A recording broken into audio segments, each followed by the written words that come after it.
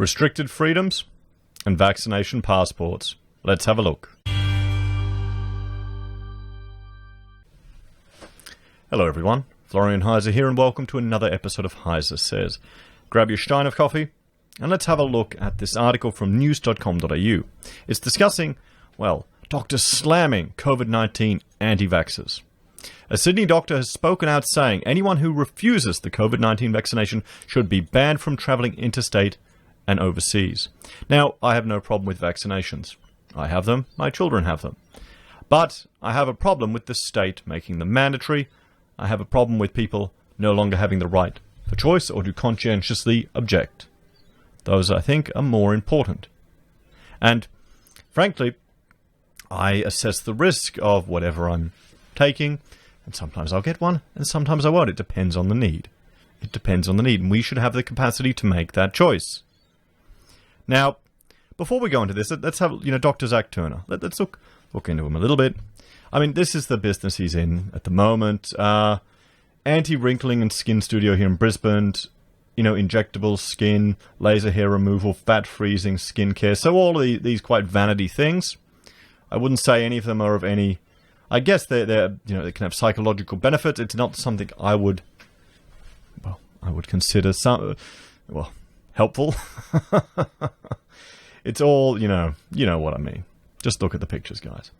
But, I mean, I don't blame him for getting into this. This would be a very lucrative business. People are very vain. People are very vain these days. And they'll spend a fortune on anti-wrinkling things, thread lifting, double chin reduction, and booster shots, and dermal fillers, and laser hair removal. I don't have to worry about that. But then I thought I'd have a look here at his LinkedIn. So, he's a leading Australian medical personality, a medical director at the cosmetic and wellness team. Now, just think about this here. He's a medical personality, an Aussie medical personality. He's got a publicist. He's got people that reach out to organizations to get him public exposure. The reporters, they'll ring him up when they want a quote, when they want someone to talk to about something. I used to have a magazine do that for me for architectural stuff. They'll do that. And he's got, here, I thought it was interesting, he's been a GP, medical director, he's a doctor. He was from the Navy. Good on him. Registered nurse, so he's got a whole lot of experience. And you've got to see, I think a few things are going to shape his position here. His position, one is his experience in South Africa with disaster and humanitarian relief. And also, I mean, here's the push he's put for a PR agency. So they're his go-to PR agency, guys. So let's have a look at this, because there's some concerning things here, some concerning suggestions he's made. And I suspect this was done intentionally to get him some publicity, to get the magazine some publicity and some clicks, to generate the views. Because people are anxious, people are scared, people are nervous. So with news of vaccines reaching their final stages and our government signing a deal to buy 25 million doses of a potential COVID-19 vaccine from AstraZeneca, many of us are thinking with relief that it's all over. Unfortunately, it's not even close to halfway. To achieve herd immunity and completely eradicate the transmission of COVID-19, Australia would need about 80 to 95% of its population vaccinated, which in reality may take up until late next year. And here's the poll, guys, would you take the COVID-19 vaccine, yes or no? At the moment, if I have free choice, I probably wouldn't bother. It'd be like getting a whooping cough booster. I didn't need one. For the latest birth, they recommend that you get one every few years. And the advice changes. I didn't bother because it's a pain in the ass to go there. And a key element to achieving this is to convince everyone to get vaccinated. Even those people who are the curse of the scientific community, anti-vaxxers. That means 20 million Australians is the vaccination target. Since January, Australia has conducted 5.3 million COVID-19 tests. To achieve our target, we would need to double that number, twice in nearly half the amount of time. It will be a landmark test of our country, and it will be a chapter in our history textbooks. Once a vaccination is approved for general use, it will take a minimum of 3 to 6 months for it to be made available to the entire population of Australia. During this time, it could be difficult for authorities to determine who is an anti-vaxxer versus somebody who is just yet to be offered the vaccination. And here, I mean, at least most people in this vote, 61% of the 38,000 who voted, do not think it should be mandatory, but 39% do. 39% of people who voted think it should be mandatory. And I'm surprised that a doctor is advocating for a mandatory medical intervention. My understanding was that they had to respect the patient's choices. We're not going back to the horrific past with medically unethical practices. You need to respect the choice of the patient. Maybe not anymore. Maybe not in the socialist utopia we're coming into. Because I don't know if you know, I mean, we've all met doctors. Some of them can be arrogant bastards. I've got friends that are doctors that'll tell you, yep, yeah, I am an arrogant bastard. The government should consider updating the current yellow fever vaccination passport issued to Australians who receive vaccinations before visiting high-risk countries. These could easily be turned into electronic vaccine cards and offered to each Australian. There you go. So we walk around with a vaccine passport. And maybe that'll stop you getting into a shop, or businesses could refuse service to you. Can you see that? What happens if a business lets someone in who refuses to give evidence that they've got it, then someone happens to get this illness. Maybe they couldn't get the herd immunity or the protection.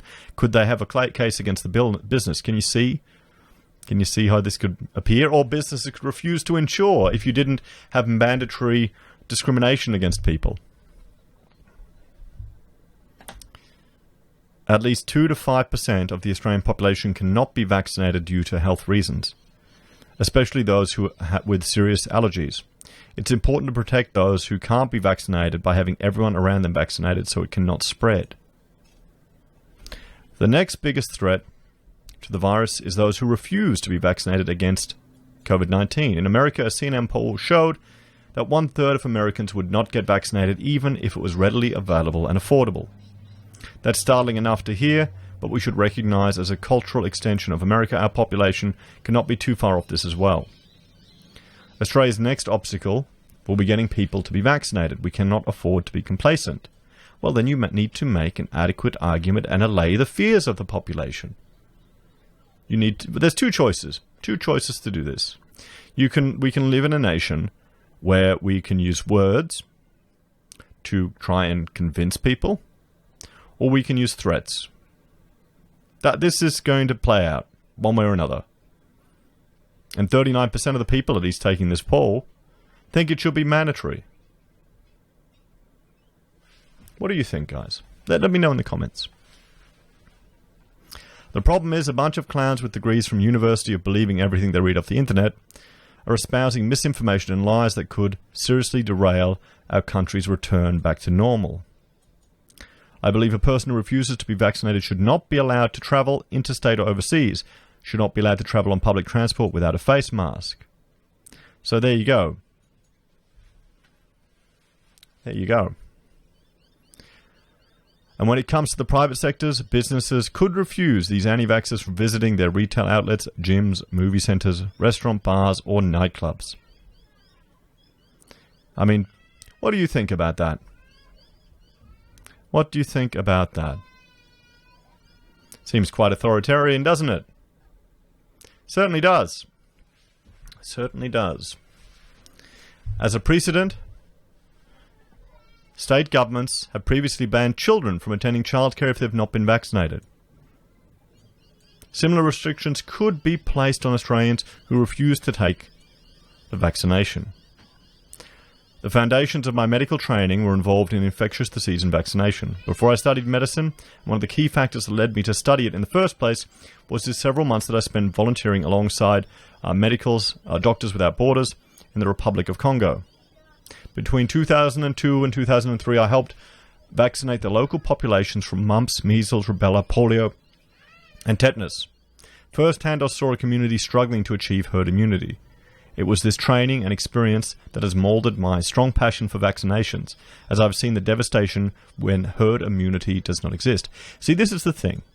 This is why he's willing to strip away liberties and rights from Australian citizens because he's been traumatized by seeing what happened here.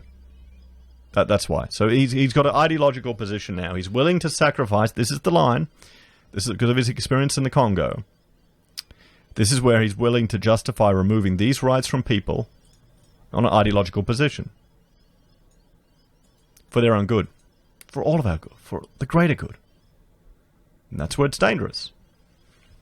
That's where it's dangerous. Everyone has a point. Everyone has a point when they become a fascist in one way or another.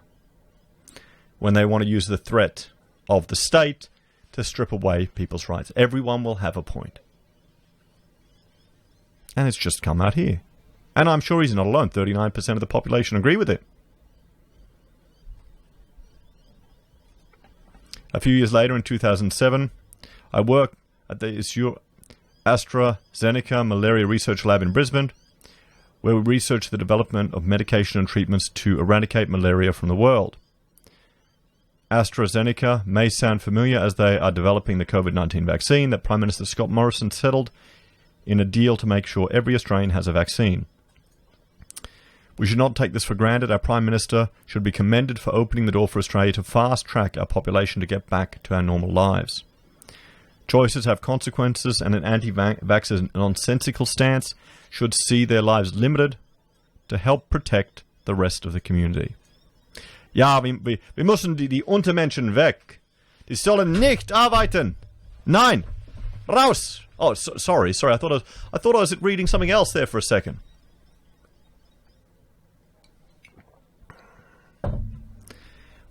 No longer can we nurse the conspiracy theories of a few that put us all at risk. Well, here's something that I would argue puts us at greater risk than this illness. Where today, 290 people recovered in Australia.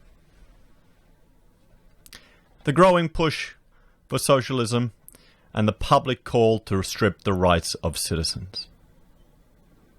That scares me a shitload more than this. What about you? Thanks for watching, everyone. Please like, share, and subscribe to the channel. Let me know your thoughts down below. Do you think it should be mandatory? If you want to support the channel, there are a few ways you can. It's got me worried, this. You can use our affiliate links at Amazon, eBay, Independent Reserve, or Kucoin, buy our merch from HeiseSays, use Gold Pass from the Perth Mint, or support us via PayPal. Even commenting, sharing, liking the videos helps the algorithm know, even disliking them, helps the algorithm know that you're enjoying the content. I mean, I've got one person who Karen, who said, "Oh, I hate all your stuff, I'm going to dislike it every time." And I go, well, thanks, you know, that helps the algorithm. Take care, guys. I'll see you next time.